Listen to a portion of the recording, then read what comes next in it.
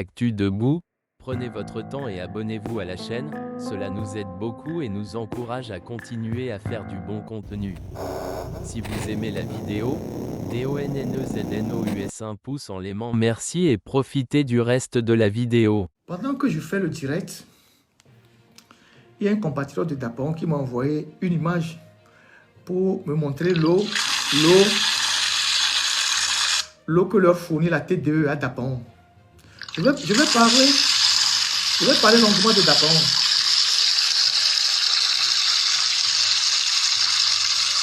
L'eau que leur fournit la TDE à Dapon, qui est une eau de couleur que vous ne pouvez pas imaginer. Et c'est l'eau qu'ils boivent. Pendant ce temps, on investit 4 milliards dans le champagne. On donne 8 millions d'euros à quelques individus pour écrire un plan de développement qu'on jette par la fenêtre. On finance les campagnes électorales des candidats des pays voisins pour être en bon terme avec eux. On offre des véhicules aux gens. On prend l'argent du Togo. On va donner aux gens. Pendant ce temps, les Togolais souffrent dans leur pays. Ils n'ont pas d'eau potable, ils n'ont pas de route, ils n'ont pas d'école, ils n'ont pas d'alcool dans les hôpitaux, dans les centres de santé, dans les dispensaires. Il n'y a rien. Ils sont mal payés. Les retraités togolais sont mal payés. Je vous ai dit la dernière fois que la caisse de sécurité sociale continue de payer les allocations familiales à 2 000 francs par enfant. Les 2 000 francs ont été fixés par un décret dans les années 70. Ça veut dire que 50 ans plus tard, les lignes n'ont pas bougé. 2 000 francs par enfant. Pendant ce temps, nous prenons des milliards, nous donnons aux étrangers pour être en bon terme avec eux, pour que eux, ils sécurisent notre arrière, pour que des gens ne viennent pas d'ailleurs pour venir nous déstabiliser. Nous sommes prêts même à payer même les salaires des gens dans les autres pays pour être bien avec eux. Regardez dans quelles conditions les gens vivent à Lomé. Regardez dans quelles conditions les gens vivent dans les quartiers périphériques. Les gens qui sont dans les quartiers, Legbasito, Fidjoukui, je ne sais pas quoi, Adjouba, tout ça, Djagblé, Kege, tout ça là. Regardez dans quelles conditions les gens vivent. L'eau qu'ils boivent. Les zones de Sorade, Bougan, tout ça. Regardez dans quelles conditions les gens vivent. Et quand on en parle, parce que ça nous fait honte, quand on en parle, parce que ça nous fait pitié que notre pays soit transformé comme ça, il y a des zozos, qui s'invitent, je ne sais pas, pour venir raconter des conneries. Parce qu'il y a quelqu'un quelque part qui leur donne 10 000 et puis un peu d'argent pour acheter de la connexion.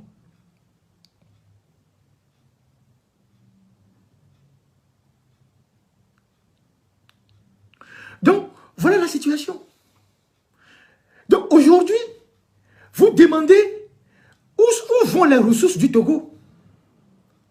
Les ressources du Togo sont sous le contrôle d'un seul Togolais. Toutes les ressources du Togo sont sous le contrôle d'un seul Togolais qui ne veut pas rendre compte de la gestion qu'il fait aux Togolais. Vous avez vu, à Klikame là-bas, hier, le bâtiment qui abrite la caisse de retraite du Togo, tous ceux qui passent souvent à Klikame là, après Estao, il y a un bâtiment qui abrite la caisse de sécurité, la caisse de retraite du Togo. Je pense que la caisse de retraite du Togo est dans ce bâtiment depuis plus de 20 ans. C'est un bâtiment loué à une dame qui est décédée maintenant il y a un peu longtemps, une vieille qui était, je pense, une anabince, qui avait aussi, ceux qui connaissent la LTDH, le siège de l'ancienne LTDH, à Tokoin, sur le prolongement de la morgue, là, la route qui va vers le Ghana. C'est à cette dame qu'appartient aussi cette maison. Vous allez voir, c'est le même carreau. C'est une dame qui était très riche, qui est décédée. Et donc, c'est à elle que la caisse de retraite de sécurité, la caisse de retraite du Togo a loué, auprès d'elle qu'elle a loué ce bâtiment. Et c'est là-bas que nos parents, nos aînés, ceux qui ont fini leur carrière dans l'administration togolaise, qui sont sous le registre de la caisse de retraite du Togo, c'est là-bas qu'ils vont chercher leur pension. Et vous les voyez là-bas, régulièrement alignés, sur les bancs là-bas. Ils passent tout un jour là-bas pour toucher 35 000, 45 000, 60 000 comme pension de retraite. C'est là-bas qu'ils viennent s'aligner. Et pendant tout le temps que la caisse de sécurité et de retraite, la caisse de retraite du Togo était dans ce bâtiment, Ils n'ont pas pensé, ne serait-ce qu'aménager le bâtiment. C'est vrai qu'ils sont en train de construire un grand siège au GTA là-bas, à côté de la Caisse nationale de sécurité. Ce chantier qui ne finit jamais, qu'ils ont commencé depuis 2016, qu'ils sont en train de construire un seul immeuble. Depuis 2016, on construit un seul immeuble. Jusqu'à maintenant, l'immeuble n'est pas terminé, n'est pas achevé. Donc, ils sont toujours dans ce vieux bâtiment-là, au bord de la route. La façade du bâtiment s'est effondrée hier. Et c'est sous cette façade-là, quand les vieux viennent, puisqu'il n'y a pas d'espace dans l'enceinte de la CRT de Klikame. Donc, quand les vieux viennent, nos grands frères, nos parents, ils viennent là-bas pour faire leur démarche, ils s'asseyent dehors. Donc, c'est sous l'échafaudage là qu'ils s'asseyent. Ce qui est tombé là, c'est là-bas qu'ils s'asseyent en attendant qu'on les appelle. Puisque la salle d'attente, si je peux parler ainsi, la salle d'attente du siège de la CRT, c'est le trottoir. Donc, les gens, ils s'agglutinent sur le trottoir, ils s'asseyent sur les bancs là-bas. Et c'est le bâtiment là, la façade du bâtiment qui s'est effondrée hier. Heureusement que cela s'est effondré un samedi. Parce que c'est sous la façade là que les vieux déposent les bancs et s'asseyent. Heureusement que cela s'est effondré un samedi. Dieu merci que c'est un samedi. Donc, il n'y avait pas d'activité là-bas. Donc, il n'y avait personne. Si c'était un jour ouvrable, que la façade de ce bâtiment s'est effondrée, vous imaginez les dégâts. J'ai mis les photos sur ma page Facebook. À supposer que c'était un lundi ou dans la semaine où les vieux qui viennent prendre leur pension de retraite étaient assis. Vous imaginez les dégâts qu'on devait avoir. Si on n'avait pas de morts, à coup sûr on s'en sortirait avec des blessés. Donc, voilà. Les gens, voilà nos infrastructures. Et depuis, personne ne sait pourquoi ils ne terminent pas leur chantier au GTA et déménager. Il y avait un directeur là-bas qui était déjà aussi à la retraite, qui avait assigné un certain de nos compatriotes qui avait dénoncé des magouilles là-bas devant les tribunaux. Le directeur, je ne sais pas s'il y est toujours, il s'appelle M. Diapena. Lui-même, il était déjà à la retraite, mais il était à la CRT. C'est lui qui était le DG de la CRT en étant retraité. Il poursuivait les journalistes au tribunal, que les journalistes l'ont diffamé et tout et tout. Mais lui-même, il était déjà à la retraite. Et semble-t-il qu'il disait que la mission qu'il avait, c'est de construire le nouveau siège avant de partir. Donc, tant qu'il n'aura pas fini de construire le nouveau siège, il ne va pas acter sa propre retraite, alors qu'il est retraité depuis longtemps. Mon Facebook, c'est Ferdinand Haïté, comme vous l'entendez. Donc, j'ai mis les photos de la façade de ce bâtiment qui s'est effondré hier. Et nous tous, nous savons, vous et moi, que plusieurs immeubles de l'administration sont dans un état de délabrement. Les immeubles au palais de la justice, des immeubles dans les préfectures, des immeubles qui abritent les mairies, les municipalités, les services d'État. Il y a plusieurs immeubles qui sont aujourd'hui en délabrement. Les commissariats. Le Togo est le seul pays, 60 ans après. 60 ans après, l'État n'a pas été capable de construire des commissariats, ni des gendarmeries, des brigades de gendarmerie. Comment vous pouvez concevoir ça? Comment vous pouvez concevoir ça? C'est-à-dire que le Togo, c'est un terrain vierge. On est dans une période archaïque. Même les fondations, on n'a pas mis. Même les fondations d'une république. Une république digne de ce nom, on n'en a pas. Dites-moi franchement, il y a quoi? Aujourd'hui, on a nommé les gouverneurs. On demande au préfet de libérer des bureaux pour les gouverneurs. Est-ce qu'on s'entend parler? On demande au préfet, dans les 5 régions, de libérer des espaces de leurs bureaux pour les gouverneurs. Vous entendez ça? Alors, est-ce qu'on avait besoin de créer tout ce bordel administratif quand on sait qu'on n'a pas de locaux, on n'a pas d'infrastructure, on n'a rien? On nomme des gouverneurs, il n'y a pas de local. Mais attendez, c'est quelle république où, c'est quel bâtiment? Quand vous voulez construire un bâtiment là, on ne construit pas la fondation, on ne construit pas le bâtiment par le toit. Il n'y a qu'au Togo que tous nos projets sont conçus par le toit. C'est-à-dire, on a nommé des gouverneurs, c'est maintenant qu'on cherche où les caser. Ils n'ont pas de bureau. Hein. On a demandé aux gens de Tchévier de libérer une partie de la préfecture pour le gouverneur de Tchévier. Aux gens d'Atakpamé, pareil, la préfecture d'Atakpamé. À Kara, on a demandé au préfet Bakali de céder une partie de ses bureaux au nouveau gouverneur Adjitaou. Donc, entre-temps, la préfecture de la Kosa, ils avaient réservé comme c'est un bâtiment, je pense à 2 niveaux, ils avaient réservé le bas qu'ils voulaient céder à une commune pour faire l'état civil. Ils ont dit, bon, tout ça c'est fini. Donc, ils vont prendre le bas pour donner au gouverneur. À Dapaon, c'est pareil. Donc, vous n'avez pas de locaux, vous n'avez pas d'infrastructure. Vous nommez les gouverneurs pour qu'ils aillent siéger où? Et les gouverneurs servent à quoi, effectivement? Les gouverneurs servent à quoi?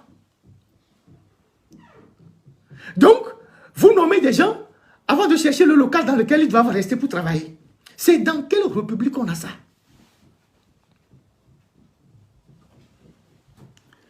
Quelle est cette république? Hein? Les gouverneurs sont devenus des sans-domicile fixe. C'est des SDF.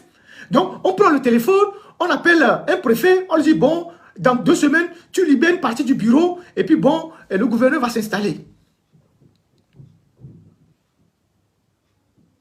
C'est un tout petit pays comme le Togo, de 56 600 km² avec 8 millions d'habitants. C'est un tout petit pays comme ça, c'est dans un tout petit pays comme ça qu'on va créer les gouvernorats. On n'est pas le Nigeria, on n'est pas la Côte d'Ivoire, on n'est pas le Mali, on n'est pas le Burkina, on n'est pas le Niger. Eux, c'est des pays qui sont très vastes. Évidemment, des pays qui sont très vastes, pour maîtriser le territoire, il faut faire une décentralisation. Nous sommes un tout petit pays. On a besoin de gouverneurs pour faire quoi?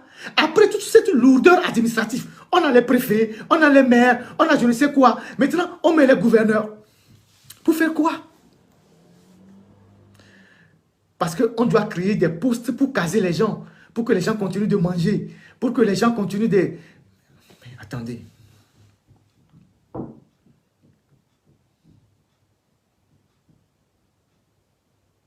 Et on a des responsables politiques, des gens qui animent la classe politique, qui sont incapables de dénoncer ces choses-là. Ces choses qui vont coûter de l'argent aux contribuables. Parce qu'eux aussi, ils rêvent de caser leurs militants dans ces histoires de Sénat, tout ça là. Comme quoi, c'est la politique qui est la chose qui marche le plus aujourd'hui au Togo. Chacun crée un particule, un parti, des gens qui ne peuvent même pas mettre les militants dans une cabine téléphonique. Tout le monde veut trouver une place au soleil. Donc, on ferme les yeux sur des choses qui ne sont même pas normales. Le Togo a-t-il besoin d'un Sénat? Même les pays comme la France, qui ont une très longue tradition des institutions, il arrive des moments où les gens réfléchissent à supprimer des institutions qui sont budgétivores comme le Sénat. Ils n'ont pas décidé de le supprimer, mais parfois le débat se ressurgit. On a besoin de Sénat. On n'a pas besoin d'entretenir des vieux pépés de la République.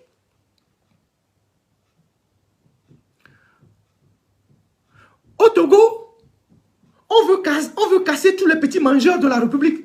Les gens qui refusent de travailler et qui ont trouvé à la politique un raccourci pour leur ascension sociale.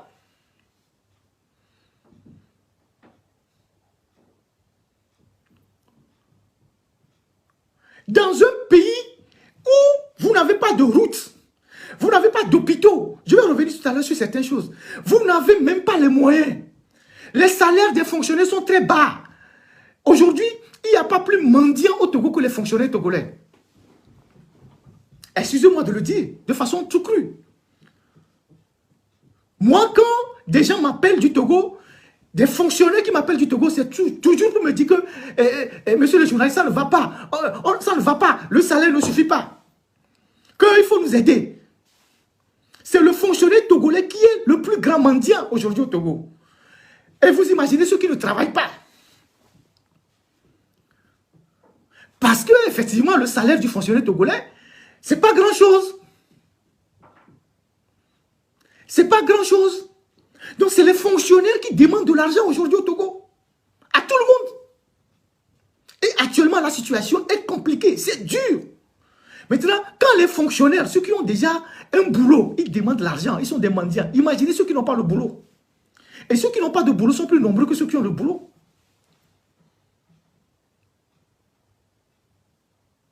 Imaginez ce qui se passe dans le pays. Les gens ne vivent pas. Les gens survivent.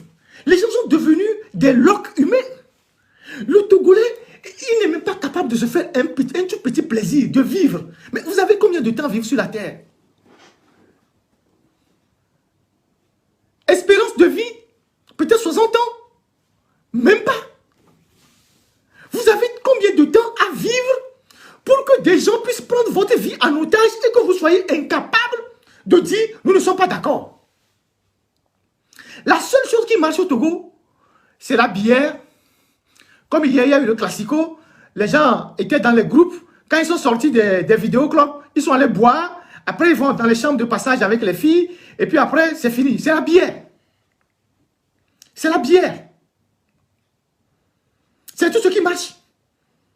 Barça contre Real, tout ça. Les gens ne pensent pas à leur avenir. C'est la bière. On réserve la bière pour les classicos. On réserve la bière pour ceci. On réserve la bière pour ça. Tout le monde. Après, on va jouer à la Lonato.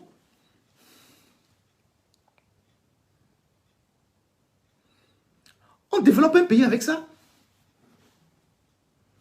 Les Blancs, là. Les Blancs qui jouent. Et nous, on est contents, on va boire la bière, là. Ils ont déjà développé leur pays. Hein. Et ils ont déjà développé leur pays. Ils sont à un niveau. Ils ont déjà développé leur pays. Quand j'entends les gens dire que les Chinois se développent plus que... Non, que ce soit les Européens, les Américains, en tout cas, eux, ils ont déjà développé leur pays. Le reste, là, ils font juste des ajustements.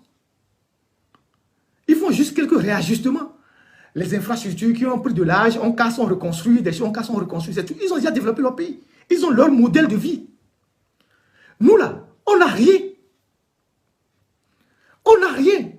Mais on est sous les vidéoclubs classicaux. Et puis après la bière, après la Lonato, après les chambres de passage avec les filles. On ne pense pas à ce que nos enfants vont devenir demain.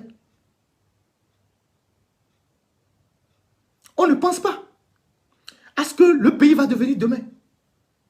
Ça ne nous dit absolument rien. Donc, vous avez des fonctionnaires aujourd'hui qui sont devenus des mendiants. Pendant ce temps, ceux qui dirigent le Togo s'amusent avec l'argent public. Ils s'amusent avec l'argent public.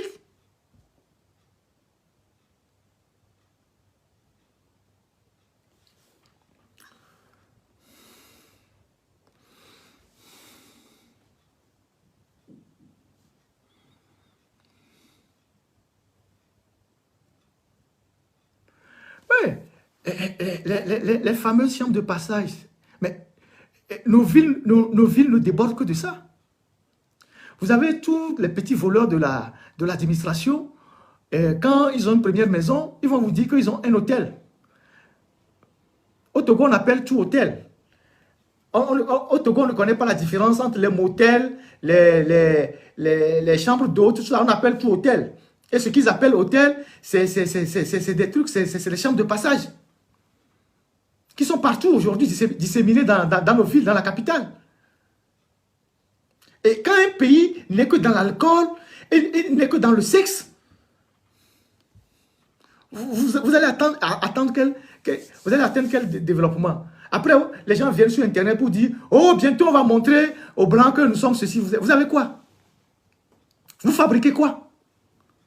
Vous réfléchissez à quoi? Vous investissez dans quoi? Vous investissez dans la recherche? Dans les infrastructures? Si demain, on bloque le ravitaillement de toutes les pharmacies au Togo, là, il y aura des produits togolais dans les pharmacies. Qui réfléchit à ça? Qui au Togo réfléchit à ça? Qui réfléchit à ça? Personne.